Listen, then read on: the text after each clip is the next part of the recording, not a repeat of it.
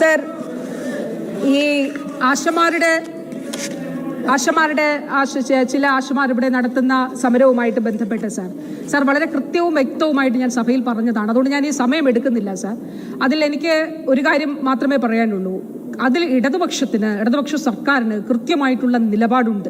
ഇന്ന് കേന്ദ്ര ആരോഗ്യമന്ത്രി ലോക്സഭയിൽ പാർലമെന്റിൽ പറഞ്ഞതായിട്ട് കാണുന്നത് വേതനം വർദ്ധിപ്പിക്കും എന്നുള്ളതാണ്. കേരളത്തിന്റെ ആവശ്യവും അതായിരുന്നു. ഞാൻ നേരത്തെ പോയി അദ്ദേഹത്തെ കണ്ടുകൊണ്ട് ഇക്കാര്യം ആവശ്യപ്പെട്ടിട്ടുണ്ട്. കാരണം ഈ സ്കീം, ആശ സ്കീം തുടങ്ങിയപ്പോൾ തന്നെ ഇത് ആ ഇൻസെന്റീവാണ് നൽകുന്നത്. സർ, ഇത് കേരളത്തിന് ഇതുവരെ ഈ വർഷങ്ങളിൽ കേന്ദ്രം നൽകിയിട്ടുള്ള NHM-ന് അനുവദിച്ച തുകയാണ് സർ. അത് ഞാൻ ഇന്ന് ടേബിൾ ചെയ്യുന്നു സർ. 2023 ക്യാഷ് ഗ്രാന്റ് 0 ആണ് സാർ. അത് ഉൾപ്പെടെയുള്ള കാര്യമാണ് ഞാൻ പറഞ്ഞതിൻ്റെ. അത് ശരിയാണ്. അത് ഒരിക്കൽ കൂടി പറയുകയും ടേബിൾ ചെയ്യുകയും ചെയ്യുന്നു സാർ. കേരളത്തിന്റെ യൂട്ടിലൈസേഷൻ സർട്ടിഫിക്കറ്റ് ആണ് സാർ. 2025 ഫെബ്രുവരി വരെയുള്ള മുഴുവൻ ഫിനാൻഷ്യൽ സ്റ്റേറ്റ്മെന്റ്സും അതുപോലെ ഫണ്ട് ലൊക്കേഷൻ സംബന്ധിച്ച മുഴുവൻ കാര്യങ്ങളും അയച്ചിട്ടുണ്ട് സാർ. അതിന്റെ ഡോക്യുമെന്റും ഉണ്ട് സാർ.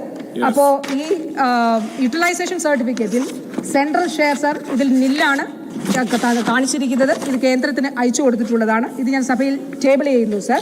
ഒരു കാര്യം കൂടി പറഞ്ഞുകൊണ്ട് വാക്കുകൾ അവസാനിപ്പിക്കുകയാണ് സാർ. ബഹുമാനപ്പെട്ട മലപ്പുറം MLA പറഞ്ഞു, ശ്രീ KN ബാലഗോപാൽ മിനിസ്റ്റർ, അദ്ദേഹം പതാക ഉയർത്തിയതിനെ, കൊടി ഉയർത്തിയതിനെ കുറിച്ച് പറഞ്ഞു സാർ. എനിക്ക് ഒരു കാര്യമേ അദ്ദേഹത്തെ ഓർമ്മിപ്പിക്കാനുള്ളൂ.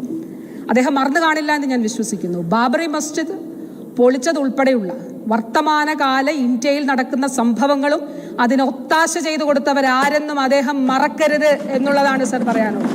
Sir, Shri KN Balagopal minister, അദ്ദേഹം ഉയർത്തിയ ചെങ്കൊടി ലക്ഷക്കണക്കിന് ആളുകളുടെ ആവേശമാണ് സാർ. ലക്ഷക്കണക്കിന് ആളുകളുടെ ഉയിരാണ് സാർ.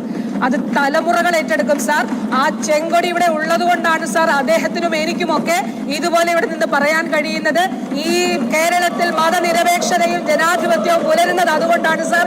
അതുകൊണ്ടാണ് ഞാൻ ബാബറി മസ്ജിദ് ഓർമ്മിപ്പിച്ചത് സാർ. ബാബറി മസ്ജിദ് ഓർമ്മിപ്പിച്ചത് അതുകൊണ്ടാണ് സാർ. അതുപോലെ ഇലക്ട്രൽ ബോണ്ട് കൊടുത്തുകൊണ്ട് ഇപ്പുറത്ത് വന്ന് ചിഹ്നത്തിൽ മത്സരിക്കുന്ന നിലപാടൊന്നും നമുക്കില്ല സാർ. അതുകൊണ്ട് അത് അദ്ദേഹം പ്രത്യേകമായിട്ട് ഓർക്കണം എന്നുള്ളത് ഞാൻ ഇവിടെ പറയാനായിട്ട് ആഗ്രഹിക്കുന്നു.